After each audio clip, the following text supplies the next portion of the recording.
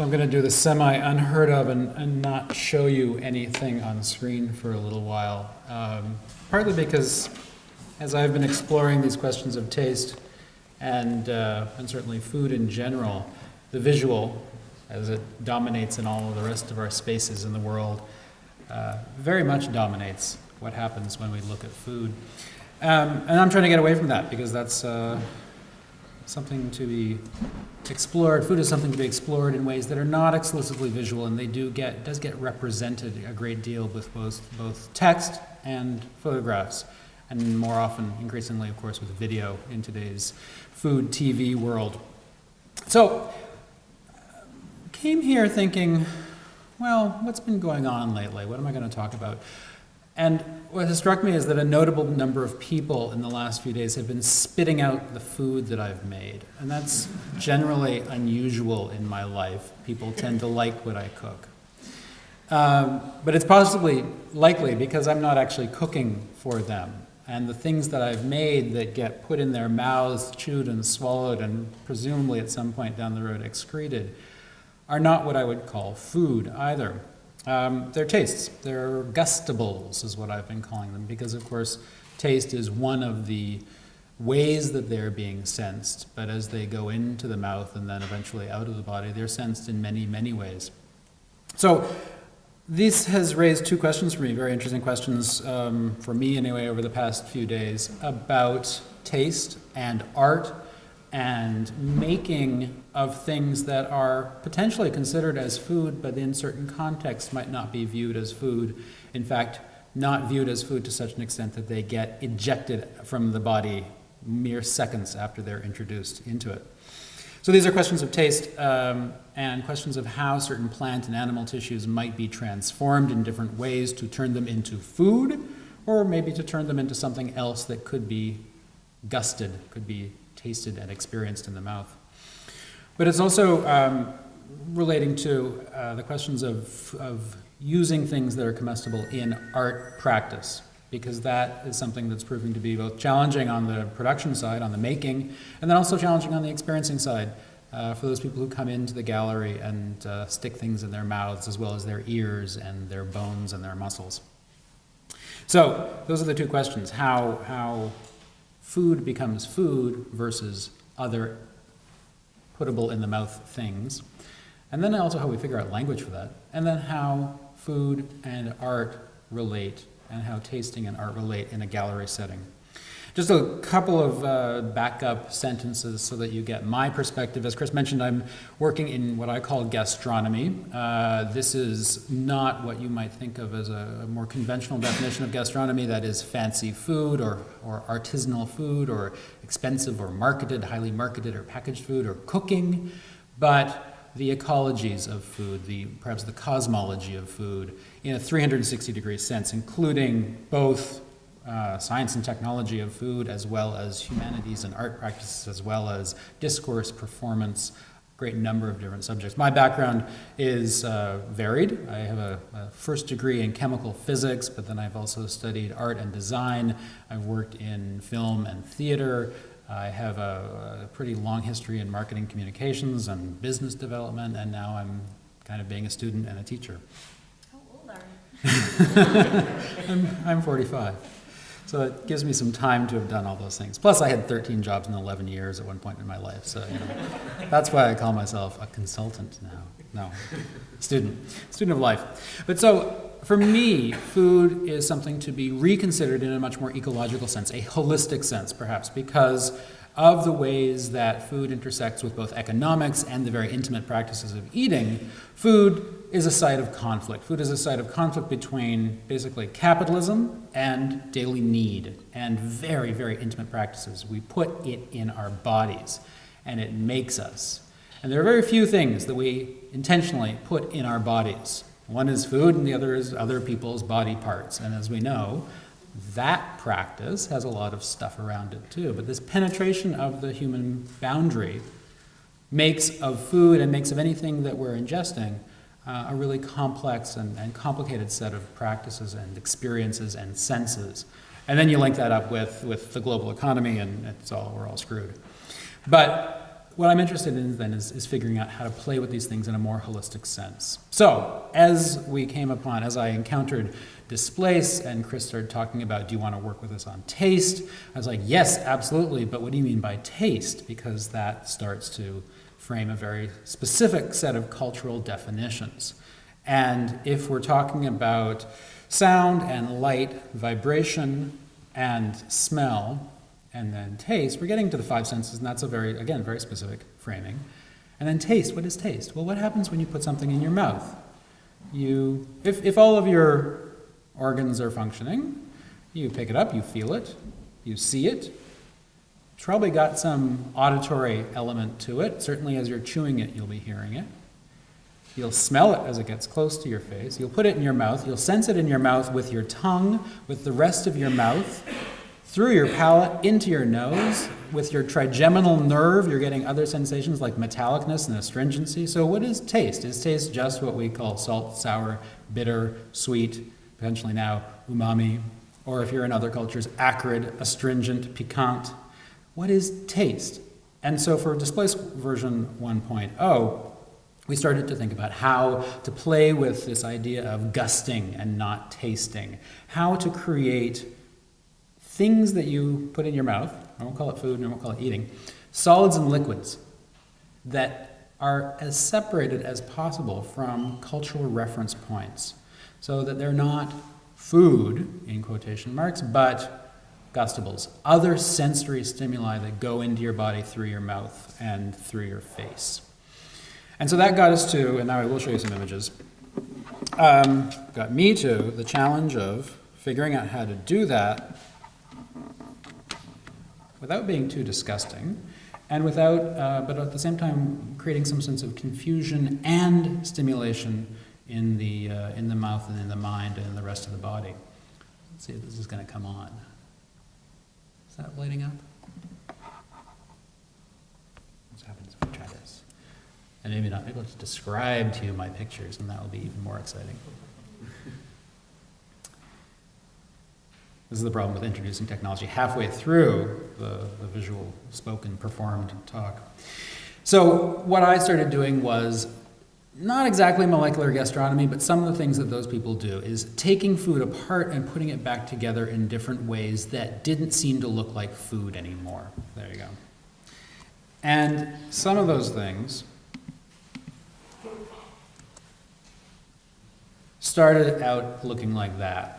Infusions on my countertop made of hibiscus flowers.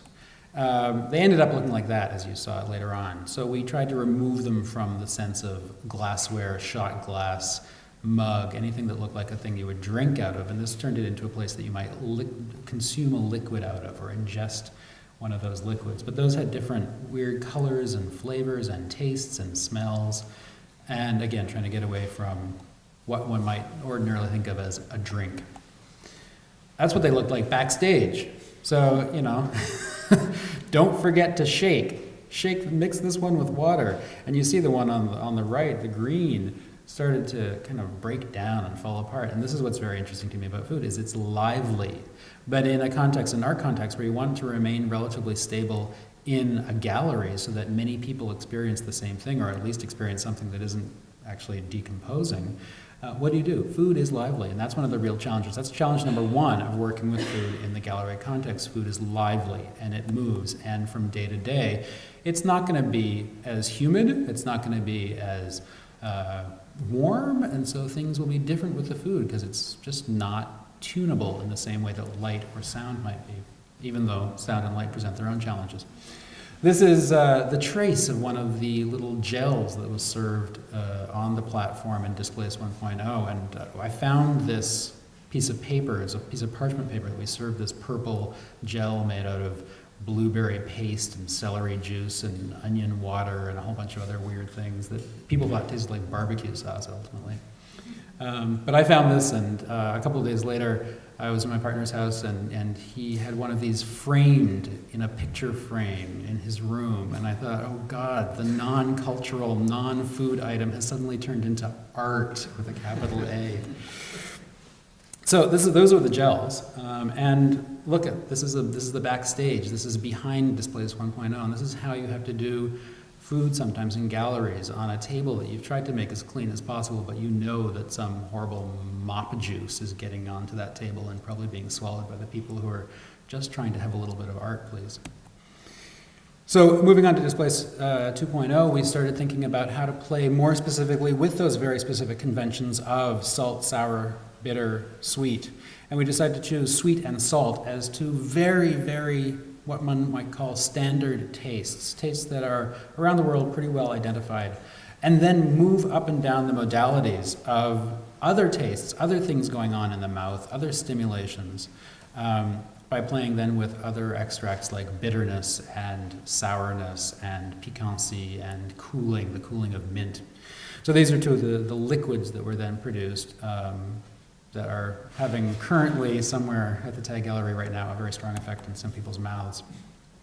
This was also an effort to deal with the texture of different edible matter, and this is sugar. This is the sponge toffee in its non-blue-green format. This is just sugar and corn syrup boiled together to a temperature of 152 degrees centigrade, and then bicarbonate of soda added so that it expands with all of these gaseous bubbles into the hard, sugary format before you.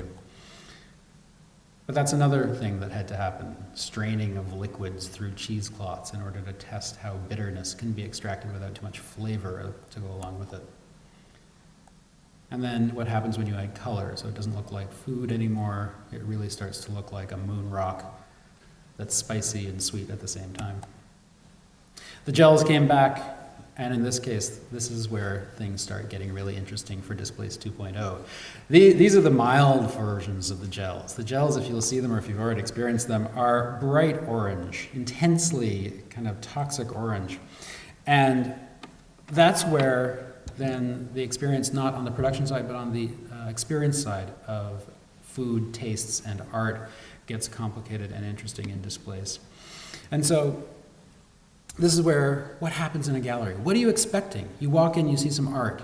Maybe it's a really aggressive or strong painting, but you can turn away from it quite easily. What if you walk into a gallery and someone offers you or suggests that you put something in your mouth that makes you suddenly come into confrontation with the fact that you are not in control of that food. In fact, that food thing, that taste, that gustable, is so strong that your body physically ejects it because you become aware of your own non-control of taste. And this is what's happening with these gels. Very intensely salty and minty gels that feel like you've taken a mouthful of ocean water. To me, that's the way I experience them.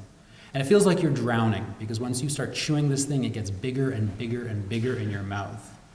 And so the option is to stand there bravely, shaking so much that things fall down, and then swallow it, and then take control again. But this gets into what Claude Fischler, the sociologist of food, has described as the omnivore's paradox. That is, that food is both necessary, and innovation, specifically in food, finding new foods, is necessary and terrifying, because any bite could provide a new food source that will sustain you, or it could kill you.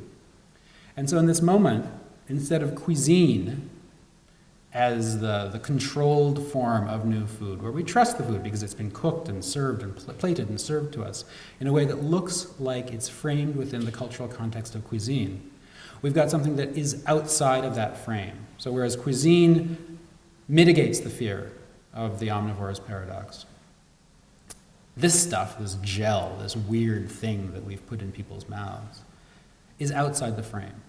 And it's scary again. And it's now dominating us instead of us dominating it. Food is no longer controlled by the human structure of cuisine. Taste is back, and it's scary, and it's in us. So what happens? You spit it out, you run out of the room, you shake, you lie down for a while, and then you come back to realize that, oh yeah, it's okay, we're not going to die. But this is what we're seeing. These things that are not framed by cuisine, that are not food, that are tastes, are creating really strong reactions, really unprepared reactions that cannot be prepared for, because it is, again, in this artistic context where the framings of the white box or the black box give us a sense of cultural trust. People are now being upset. And so this is why taste is, for me, such an interesting part of gastronomy, to separate and then bring back in, perhaps, to that holistic system. What is taste, then? Where does taste happen? Is taste only in the mouth? Is taste in the room when you put it into your mouth? Is taste in the thing that you're tasting? Or is taste, then, the whole cultural, social, linguistic, discursive, physiological, material, and temporal assemblage? And taste is only in the performance, in that moment. And I think that's where I'm getting, is that is where taste resides. Taste is not in the mouth. Taste is not culturally framed. Taste is not just on the tongue. Taste is not written about. Taste is all of those things. And taste is an emergent moment of experience. We'll see. We'll see what's on the floor when we go back to the gallery after this talk. Thanks.